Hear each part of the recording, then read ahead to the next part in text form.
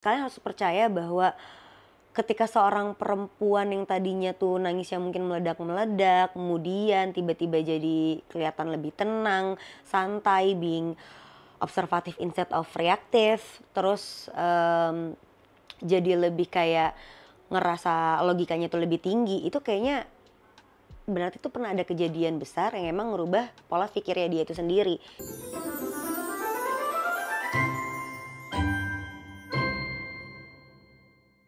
Halo semua, selamat datang kembali di kontennya Bloom Media, Tanya Haloha.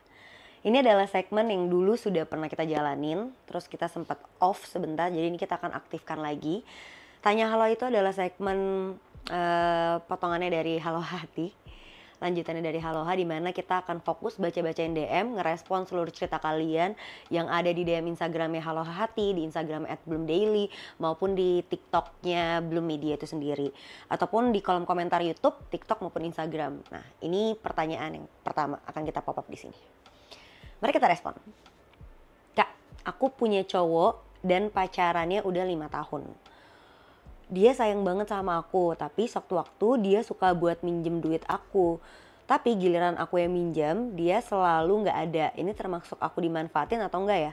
Oke, jadi konsepnya berarti lo udah pacaran 5 tahun, lo sayang banget sebenarnya sama laki lo ini, tapi laki lo sering minjem duit, terus lo selalu ngasih, tapi giliran lo yang butuh, lo nggak pernah dikasih. Intinya gitu, terus lo ngerasa kayaknya gue lama-lama dimanfaatin deh sama nih orang gitu. Kalau menurut, ini balik lagi ya, ini adalah menurut opini gue pribadi. Opini gue mungkin sebenarnya kayaknya Tuhan udah sebegitu jelasnya deh nunjukin kalau dia tuh nggak baik buat lo.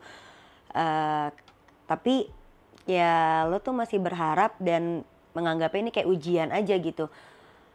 Kayaknya jangan matiin logika lo hanya demi cinta yang kayaknya belum tentu jadi masa depan lo deh. Karena gimana ya, kayak buat gue pribadi, cara terbaik untuk menjaga perasaan kita agar kita tuh nggak terluka adalah dengan berhenti mempermasalahkan sesuatu hal yang memang udah jadi tabiatnya dia gitu.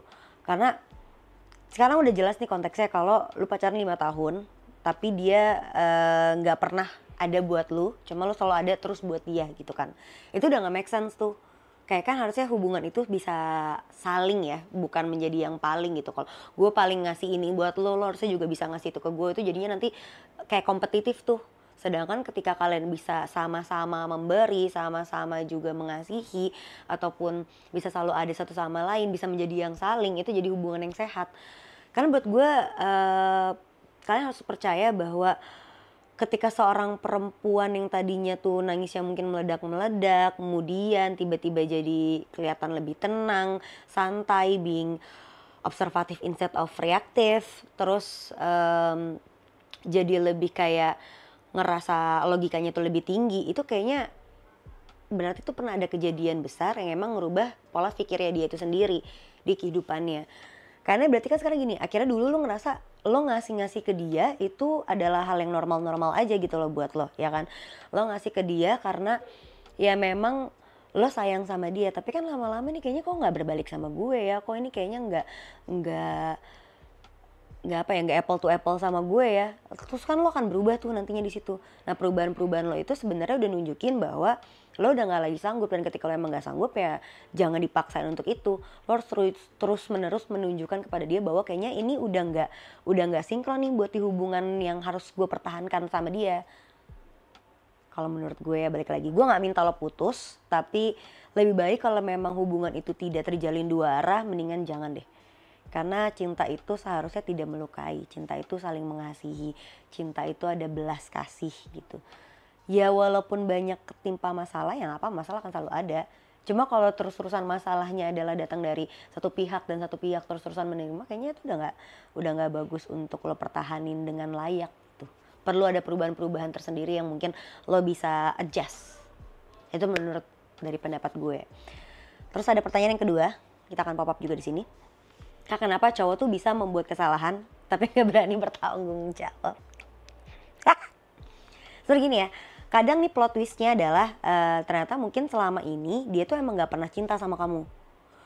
Dia cuma suka aja sama kamu karena perlakuan kamu baik, karena perhatian kamu, karena emang mungkin di pikiran dia adalah cuma kamu yang bisa dia manfaatin, maybe. Karena ketika laki-laki itu membuat kesalahan tapi dia nggak pernah berani bertanggung jawab, dia ngerasanya karena ya kalaupun gue buat salah, lu pasti akan maafin. Lu selama ini memaafkan. Jadi ya udahlah, ngapain gue harus repot-repot minta maaf lagi, ngapain gue harus repot-repot membenarkan perlakuan gue lagi terhadap lu, nggak perlu.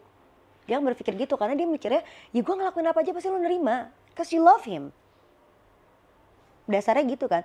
Makanya sebenarnya gini ya, ketika seseorang tuh nggak tepat buat kita, sebenarnya tuh Tuhan tuh udah ngasih kita petunjuk gitu dengan terus-menerus memberikan hal-hal yang ngebuat kita tuh sakit. Dari perilakunya dia, dari sikapnya dia, dari responnya dia misalnya. Dan Tuhan ngelakuin itu tuh sampai kita ngerasa kita cukup kuat untuk bisa ngelepas dia. Nah ketika udah ada indikasi-indikasi kayak gitu, seharusnya kita tuh udah mulai bisa sadar gitu bahwa ternyata kayaknya nggak baik deh buat kita. Dan kejadian ini tuh kayaknya banyak banget yang juga masuk ke DM gue pribadi gitu. Yang bilang bahwa kayaknya laki gue sekarang udah begini-begini, dia beda banget dari yang pertamanya. Sekarang pacar gue udah lebih cuek lagi, atau misalnya kayak pacar gue tiba-tiba selingkuh, pacar gue tiba-tiba ngelakuin ini nggak bisa membenarinya dengan baik dan segala macamnya. Kadang ya jadinya kita juga jadi mikir gitu, kayak akhir-akhir ini banyak pernikahan yang menginspirasi untuk kita jadi single dulu aja deh. Iya gak sih? Karena mencintai sendirian itu sangat tidak menyenangkan, cukup melukai perasaan. Dan hal-hal seperti itu ya kadang gak harus selingkuh tahu yang ngebuat hubungan itu atau kisah atau rasa sayang kita tuh bisa hilang ke pasangan kita, atau bahkan kita bisa beneran kehilangan dia. Gak hanya tentang perselingkuhan, tapi bisa jadi dari buruknya komunikasi, buruknya toleransi, kurangnya perhatian, dan jadi merasa gak dihargain. Terus menurut gue laki-laki yang kayak gini ya, yang dia berani buat kesalahan tapi dia juga nggak bisa bertanggung jawabnya, itu adalah laki-laki yang egonya tuh lebih mudah untuk membuat dua orang itu berpisah daripada orang ketiga gitu. Karena nggak adanya kecocokan dari, bukan kecocokan ya, lebih ke tidak adanya penghargaan daripada kedua belah pihak. Menurut gue gitu. Dan cukup buat gue laki-laki yang kayak gitu kayaknya emang laki-laki pengecut aja deh. Kalau misalnya emang lo salah, tunjukkanlah bahwa lo sudah mengakui kesalahan lo itu dengan cara minta maaf, dan bisa buktiin bahwa lo sudah tidak akan mengulangi kesalahan serupa lagi. Karena laki-laki itu yang dipegang menurut gue adalah omongannya. Ketika laki-laki sudah tidak bisa memegang omongannya, maka tidak ada lagi alasan untuk perempuan bisa bertahan gitu. Yang ketiga,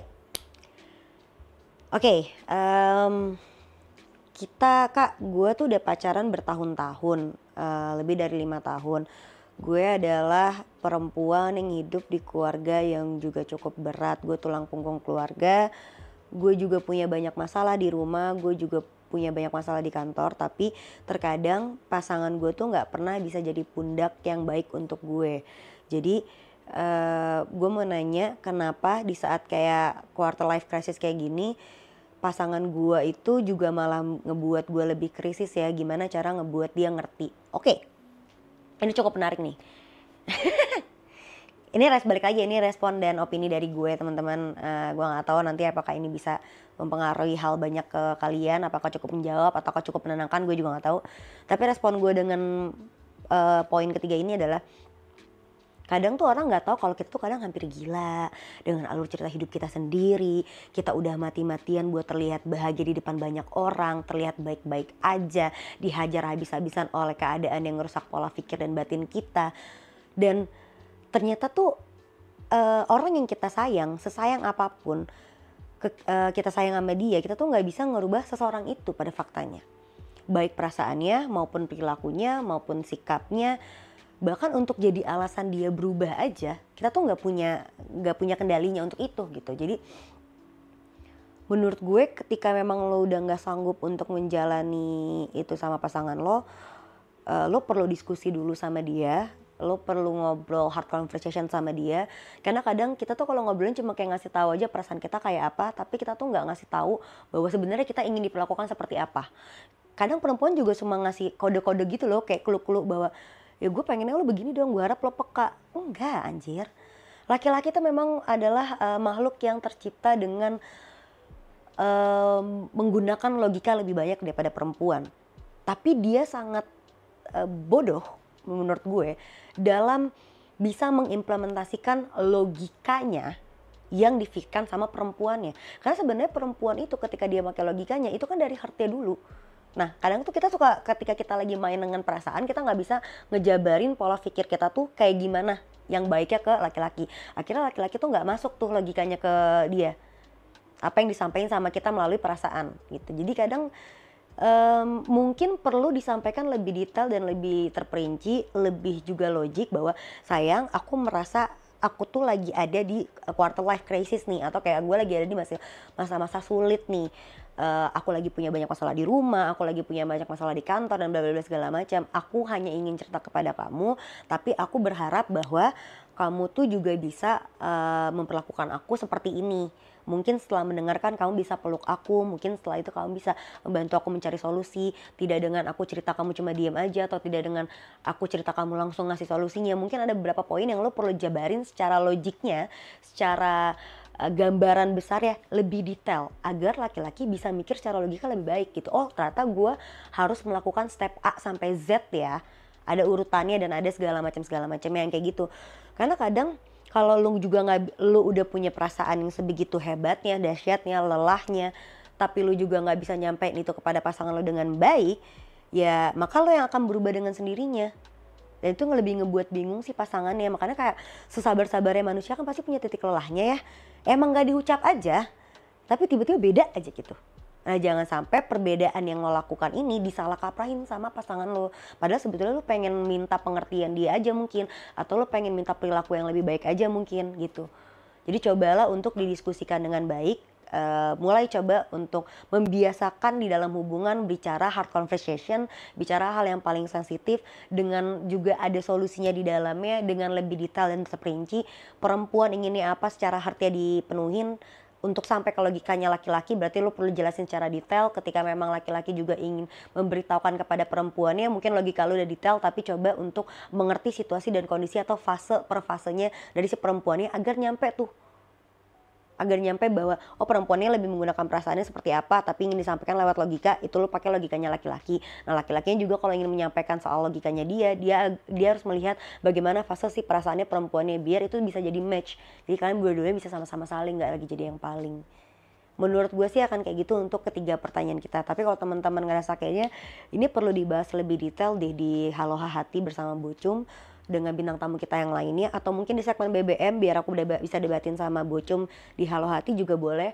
Atau kalau kalian pengen Kak next time ditanya Halo Hati ini satu pertanyaan aja tapi lo jawabnya lebih detail dan lo lebih kulik lebih dalam, juga boleh aja, silakan tulis di kolom komentar. Tapi kalau kalian juga punya pertanyaan-pertanyaan baru, cerita-cerita baru, pengen kayak coba bahas yang mana segala macam, silakan. Tapi balik lagi, semua ini hanyalah opini dari gue, semua ini hanyalah pendapat singkat yang bisa gue jabarin dalam konten Tanya Halo Hati ini. Tapi selebihnya kita sudah mulai aktif di Instagramnya Halo Hati dan Instagramnya Bloom Daily untuk bisa ngerespon seluruh cerita-cerita kalian, baik dari chat maupun dari konten-konten seperti Tanya Halo Hati.